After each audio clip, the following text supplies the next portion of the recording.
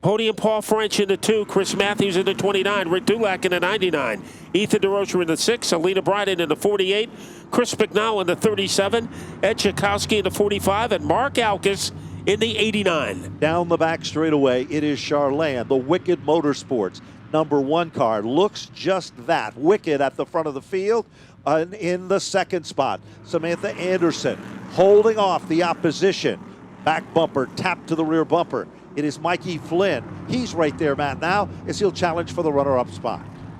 And Flynn gets some lift on the outside as he is able to vault his way past Samantha Anderson. A double file battle for 4th and 5th. On the outside is Wesley Prucker. Nick Anglace, a rookie driver, right next door.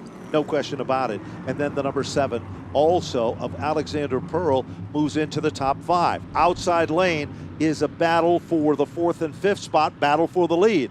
Off turn number 4, lead change about to take place as they come back to the stripe. It is Mikey Flynn to take over the number 1 spot. Charland keeps digging hard in the outside lane. He doesn't want to lose that position. And look at the battle for the 3rd position to the inside. Here he comes. Bryan Narducci is on a roll. And Narducci wastes no time to infiltrate Look 3rd at Charland, place. Matt. Charland holding his own against Mikey Flynn. Wesley Prucker trying to hang on to the back bumper of the Narducci car. It is Flynn by a molecule over Bob Charland as they dig their way into turn 3. Bob Charland is showing that old guy's rules as he moves to the inside. The Wicked Motorsports machine challenging Mikey Flynn. While all that's been happening, Bryan Narducci clicked off the fastest lap of the race, 19.812. Narducci goes from the inside to the outside. Going, gone. He'll move into 2nd. Mikey Flynn out in command, Matt. Look a little further back at the bottom of the top 10. And that is where Joey Farino is hanging out. Alexander Pearl is trying to move up.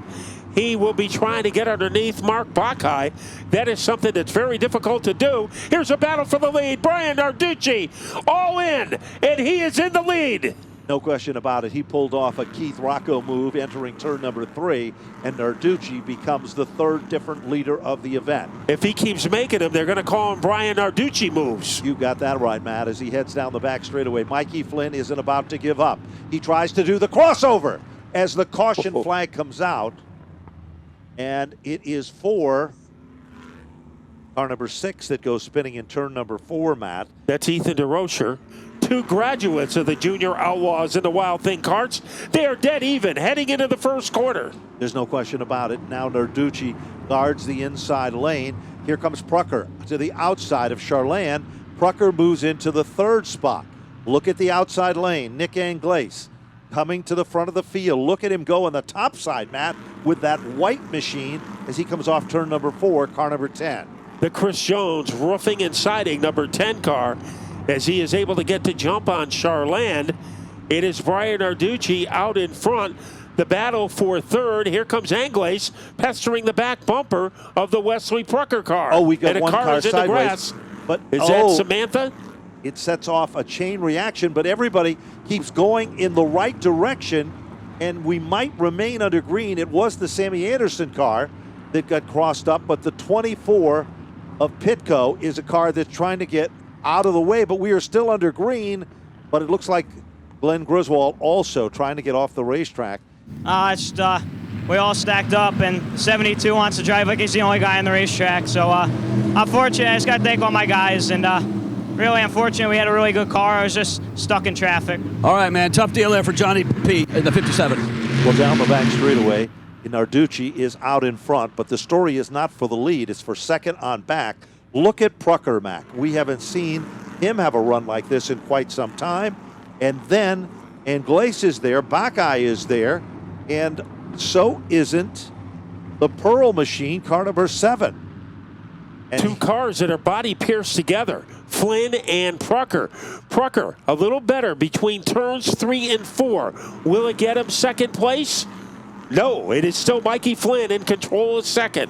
There's no question about it. There's a good battle for that runner-up position, and Mikey Flynn still setting in the number 2 spot. All of a sudden, look at the giddy-up that Nick Anglace seems to have. Is he now starts to shake off the Buckeye machine. And then as they cross the stripe again, Alexander Pearl right there in the middle of all of this. Oh, down the front straightaway. We see cars wedged into the wall. Farino, Chris Matthews went into the grass. Yep, trying to avoid it. Two cars are hanging out in the front. I think one is Dulac in the 99, and it is. And another car is squashed against the front stretch wall. There's a readjustment of the lineup when we go back to green. It looks like, oh, this time Prucker's car does not come up to speed in the outside lane. Boy, cars are bouncing around like Plinko chips on The Price is Right as Corner is stranded in the corner in turn number 1. And also the 31, that is Corner. Because we are going back up through the gears, and it is Narducci by inches. But look at Alexander Pearl right there glued to the back bumper as Narducci takes over the lead. Mikey Flynn's got his hands full because Alexander Pearl is all over his back bumper mat as they come back to the stripe. And Pearl elects to stay on the outside groove as he tries to run down Flynn. Nick Anglace is in the 4 position, and Teddy Hodgdon has climbed all the way up to the top 5, making a razzle-dazzle move underneath Anglace, and he darts his way into 4th place. He certainly does, and right there is Buckeye behind him with that number 76 car. Charlan has come back to life. Off the turn, the Buckeye machine literally got sideways as it went and snapped right around. Meanwhile, it is still Bryan Narducci in command out in front, but Teddy Hodgdon is trying to close up the gap. He wants to be up on the podium, as now we are on lap number 15 when they cross the stripe mat. 5 laps to go. Remember, Teddy Hodgdon is thinking big picture, so any spots he can pick up in the final 5 laps will help him march toward the championship. Right now, the guy immediately in front of him is Alexander Pearl. There's no question about it. Alexander Pearl has come. Oh, yeah, we've got another mix-up. Alina Bryden is in the grass in turn 1, so the 48 car is in distress. Let's see what's going to happen. Here they come, Matt. We've seen this before, but will it work the same way? Picture perfect start. But I think you have to keep your eyes on that second row as well as the first row. Narducci comes off the turn like a rocket. That's no surprise. Here comes Hodgdon into the 3rd spot. I don't think he's done yet, Matt. What do you think? No, he throws it in into turn number 4. He has got an awesome car, trying to take second away from Flynn as he is Velcro to the back bumper of the Mikey Flynn car. They come off the turn, looks to the outside. Here comes Teddy Hodgdon on the outside.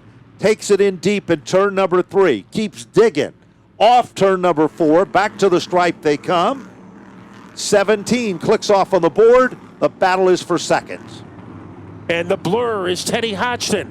Here he goes, gets a good jump off of turn number 2.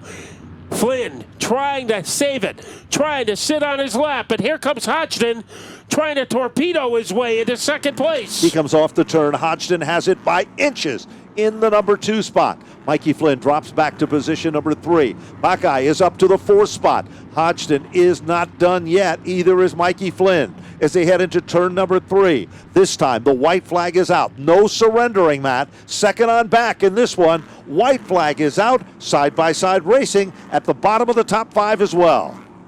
As Shagnon had a battle with Anglace, but up at the top, here is Bryan Narducci as he has a cozy lead heading into turn 3. Narducci is back in winning form here at Stafford. Battle is for the 3rd spot. Off the turn, Bryan Narducci has done it again. Teddy Hodgdon to finish in 2nd.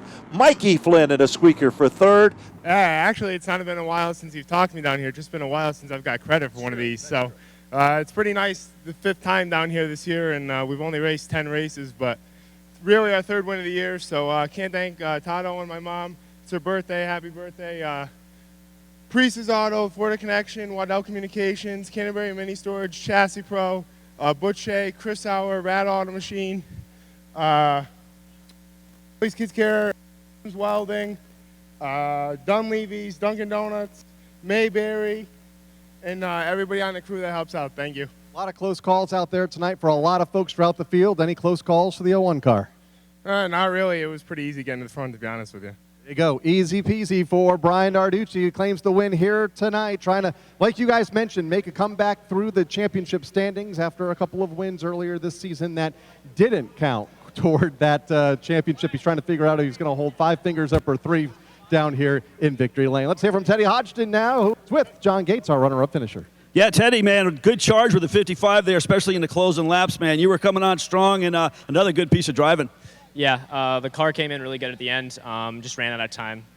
The car was a rocket ship, really, all day. It's just we had to get through traffic and miss a couple wrecks. It was probably one of the toughest races I've had here. But no, the car was phenomenal. I just got to thank everybody that's on this crew. Monterey Fuel, State Cutters, Nessato, Jim's Welding, Sirius Pizza, all the contingency sponsors, Napa, Dunleavy's, Olsen Apartments, Mayberry, and just everyone that helps me on the crew. It's my dad, Pete, Trent, Tony, Bob, and Pete's family for coming out tonight, and the Greens, thank you so much. And the fans, thank you very much for coming out tonight. Tell you what, we're starting to see a lot of Teddy Hodgdon T-shirts around Stafford, and going to be quite the popular driver, man. Once again, congratulations. Yeah, thank you very much. All right, second place for Teddy. Third place for Mikey Flynn. Mikey, man, the 54 car was rocking tonight. It was fun to watch you up front, and man, you almost pulled that thing off. I know. It's good to be back up here. I mean, the last couple of weeks we've been struggling with numbers of issues with the car, but you know, we got it figured out for the heat race today, and things just took right off and it back to normal. So I think I got Bryan almost on every restart there, but he just beat me coming out of 2 every time. But great run with Teddy. I don't think we touched once. It's fun racing with these guys and racing each other a long time, and we're going to be racing each other a lot in the future. Can't thank my sponsors enough: Valley Hike Farm, Hamden Engineering, Hub International, Tick-Free Organic Tick Control, VP Racing Fuels, People's Bank, Spafco Race Parts and Chassis, my parents, Joe Grasky Jr., Chris Roy, and my grandpa, and everyone else who helps out. Thank you very much. Class act right there. Mikey Flynn, 54 car. He goes third place tonight in your SK Light Modified main event.